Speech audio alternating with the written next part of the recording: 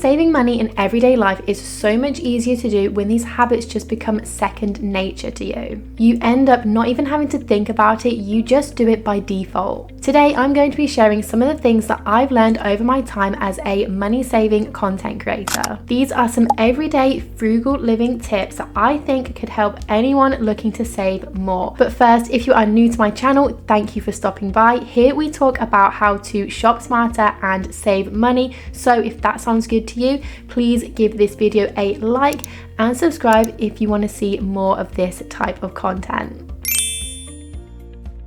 So let's dive right in. One of the best tips that I can share is to save for things that lower your future expenses.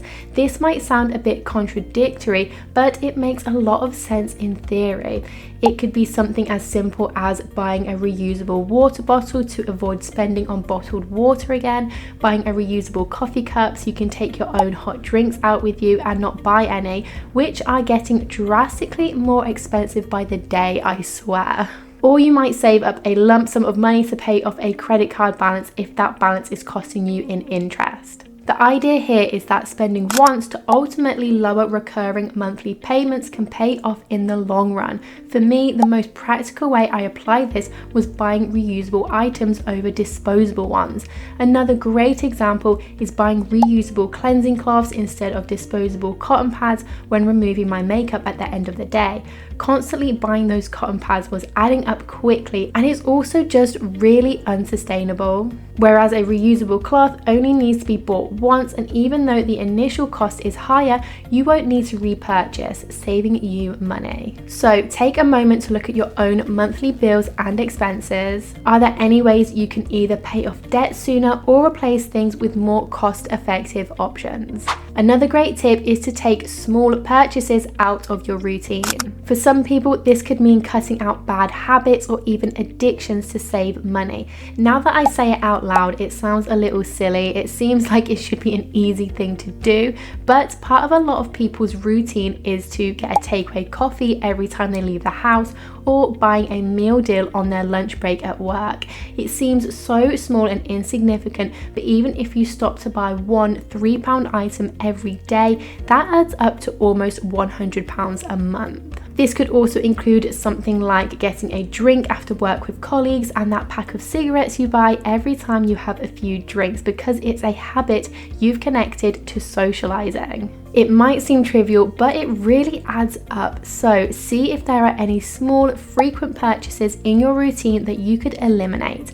Maybe you have some bad habits you've embedded into your routine that you haven't even realized are bad habits. Try skipping that daily coffee or snack run next week and see how you feel.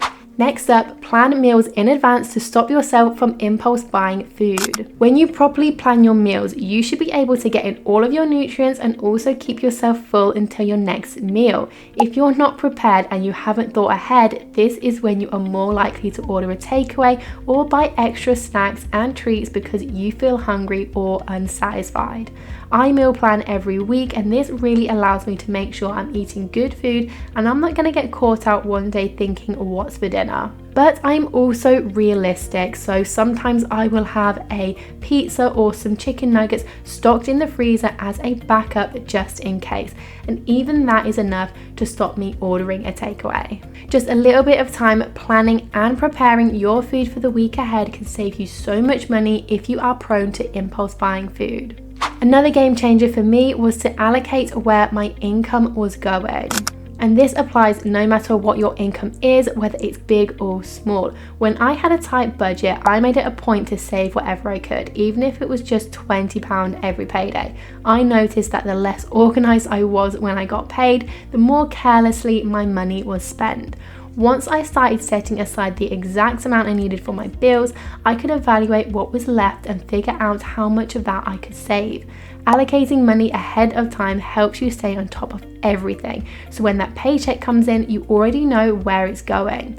A lot of financial gurus will tell you to pay yourself first. which essentially means putting money into savings before spending any of your disposable income. This is a great way to start saving. Like I said before, it could be small amounts if that's all you can spare, and it is always better than nothing. Now, a common question people ask is, should I focus on saving or paying off debt first? And honestly, I don't think there's one right answer. But I can tell you from personal experience, once my debts were paid off, my savings grew a lot faster than when I was trying to do both at the same time.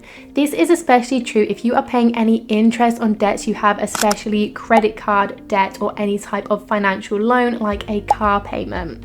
The debt will continue to grow, so it's usually a good idea to pay it off fully as fast as possible so you don't end up paying more. The point is that even small debts can hold up your progress, so addressing those debts as soon as possible can be really beneficial. However, I do think it's also important to have a bit of an emergency fund. I go into much greater detail on how to build an emergency fund in one of my previous videos, so please do check that out if you haven't already. I will leave the link to that one in the description. But it does totally depend on your personal circumstances and debt levels as to which is the most important. Now, this might not be the most popular tip, but I do share subscriptions with family. I said once before that I don't pay for my own subscriptions and got absolutely slated for being a freeloader. So I know some people don't agree with it, but if someone is willing to pay for a subscription and you can use it for free, there is no harm in that. Or you can split the cost evenly between you.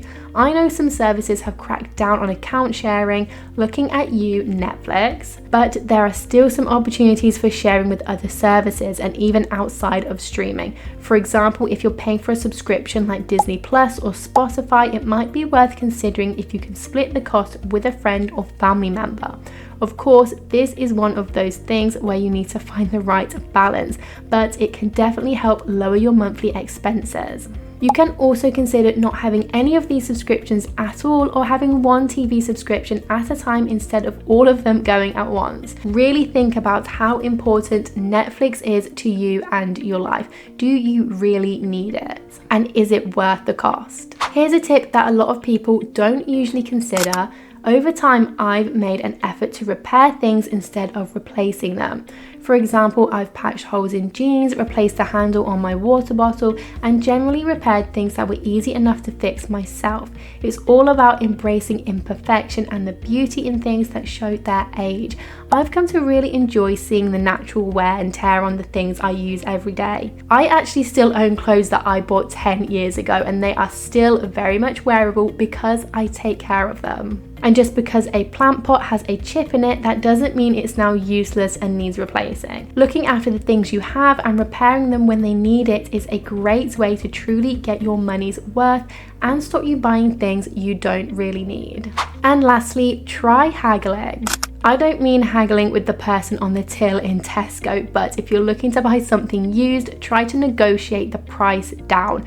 For example, when you put something up for sale on Vinted, it's kind of expected that people will offer a lower price for it, and most of the time, if it's not ridiculously low, that person will accept the lower price because they generally just want to get rid of this thing they're selling. If you ever try haggling, you will be surprised at how much people are willing to accept a lower price. Those are just a few of the things I've been doing regularly to save a little extra money. I could easily make another video with even more tips, so please do let me know if you want a part 2. I really hope you found some value in this video, and I really appreciate the time you spent here watching. If you like this video and you want to see more content like this, please like and subscribe, and please leave me a comment with any tips that you have that I haven't mentioned.